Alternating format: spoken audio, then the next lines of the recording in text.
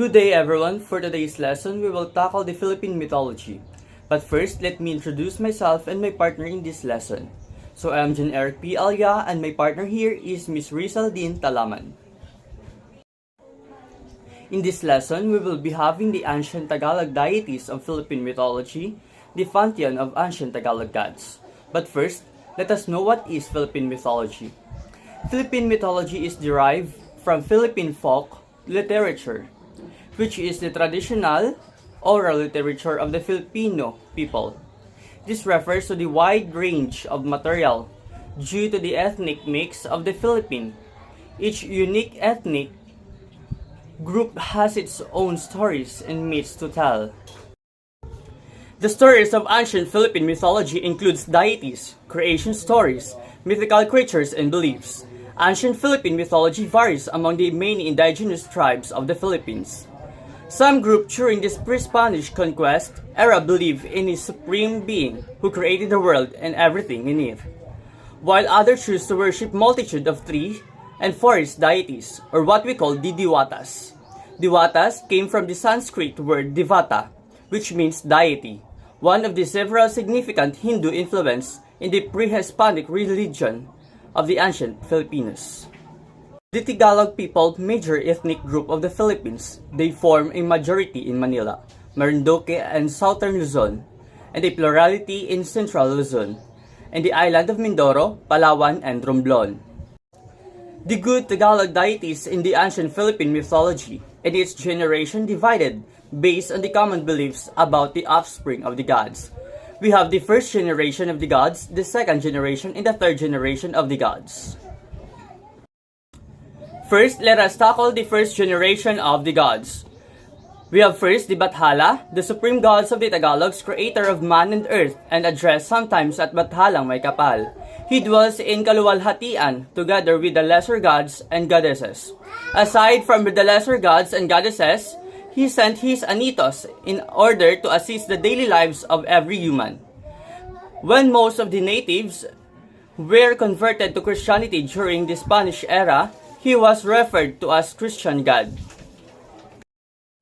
The second one, Amenikable, the ill-tempered god of the sea, because among the first generation gods, aside from Bathala, he was never married after his love was spurned by a beautiful mortal maiden, Maganda.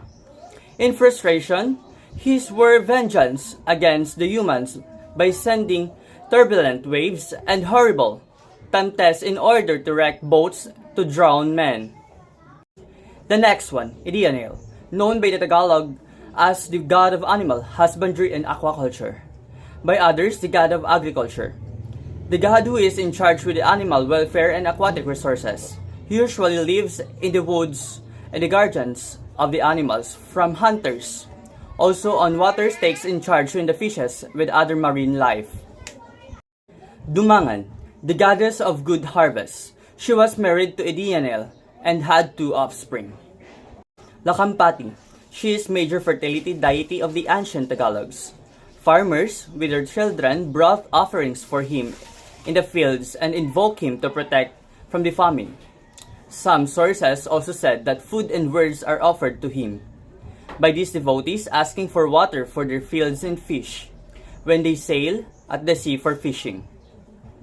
Lakampati was a hermaphrodite deity and was commented by some authors and friars as the hermaphrodite devil who satisfies his carnal appetite with men and women.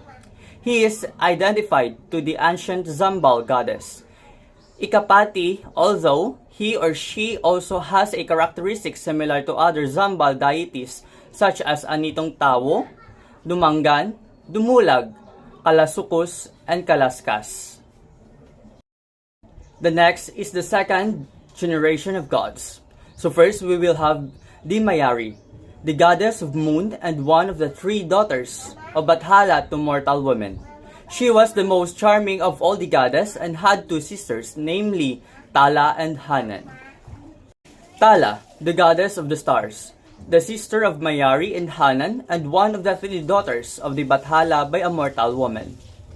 And Hanan, the goddess of morning, sister of Mayari and Tala, and one of the 3 daughters of Bathala by mortal woman. Dumacolem, the strong agile guardian of mountains and the son of Idianael and Dumangan. His sister was Anitum Tabu. He later married Anagolai. Anitum Tabu, the fickle-minded goddess of wind and rain. She was the daughter of Idianael and Dumangan, and the sister of Dumacolem. Anagolai, the goddess of lost things and the only offspring of Lakapati and Mapulon. She was married to Dumacolem. That is for the second generation of the gods. Let us have the third generation by the next reporter. Thank you. Good day everyone, I am Talaman and I will be your next reporter to discuss the Philippine mythology. So sit back, relax, and enjoy the continuation of our discussion. Now we are going to know the third generation of gods or the other gods. So according to Matsidapol, he mentioned that there is a family tree of Philippine gods which includes some harmful Tagalog deities in ancient Philippine mythology. So the guardian of Kasamaan and the keeper of all souls, wherein the souls of good men were said to be taken to a village of rest called Maka, which resembles the Christian paradise, where they enjoyed eternal peace and happiness. However, for those who deserved punishment were brought to Kasanaan, the village of grief and affliction, where they were tortured forever. These souls were said to be kept by the chief of deity named Sitan. So Sitan had 4 agents whose task was to lead man or the souls towards him. So first is Manggagaway. She was the first agent of Sitan and primarily blamed as the cause of diseases. Sometimes she would change herself into a human form, appearing as a false healer. If she wished to kill someone, she could employ a magic wand. And next one is Manisilat, the second agent of Sitan. She was tasked to destroy and to break every happy and united family that she could find. So the next one is the only male agent of Sitan. His name was Mangkukulam. He was to emit fire at night and when there was a bad weather. Like his fellow agents, he could change his form to a human healer and then induce fire at the victim's house. If the fire were extinguished immediately, the victim would eventually die. His name remains today as Witch. So the next one is Hukluban. She was the last agent of Sitan and she could change herself to any form she desired. She could kill someone by simply raising his hand and she could heal without any difficulty as she wished. Her name literally means crown or hug.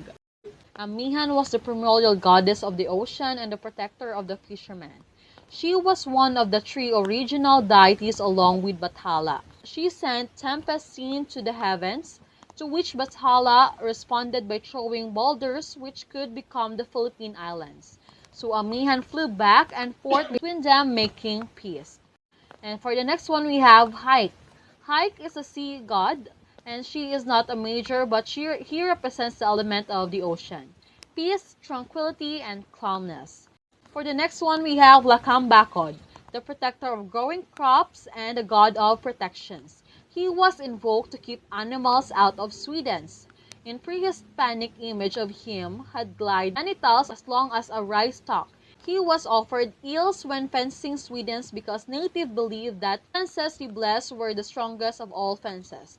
In later account in pre-colonial Tagalogs offered him bounties and prayers as well in construction of palisades and anything related to defense. His guidance also sought to strengthen defense tools such as charms, agimat, or anting-anting. His association to glide and genital depict him as the deity of fertility and deity of gold. His emblems are the fence, the eel, and the glide genital. For the next one, we have Lakambini. Kambini is known as the pure maiden for his incomparable beauty. Ironic that he is a male diwata. He was originally known as the god of kapurihan or purity, and he is also the god of food, festivity, and anti-gluttony, worshipped mainly by men. They pray to Lakambini to let them find a woman maiden to marry. An obscure deity called Abogada della Garganta, throat advocate, by the Spaniard and was turned into the god of gluttony. So the next one is Linga. Linga was a phallic and medicine god and the partner of the illness god Bibit. Like Bibit, he used to cause illness if not recognized in daily activities. Later stories tells that for some reason he had a change of heart. He then became the god who was responsible for curing diseases, hence a deity of medicine. Despite his change of heart, his partnership with Bibit remained. He is also regarded as a minor fertility deity. His emblem is the male genital. And next one is Ulilang Kaluluwa or orphan spirit, the serpent god present in some creation myths. During the start of time, both Bathala and Ulilang Kaluluwa thought they were the only beings in the world. One day, they encountered each other by accident, surprised in finding out that they were not the only beings in the world. Eventually, they learned that the both of them wanted the world for themselves.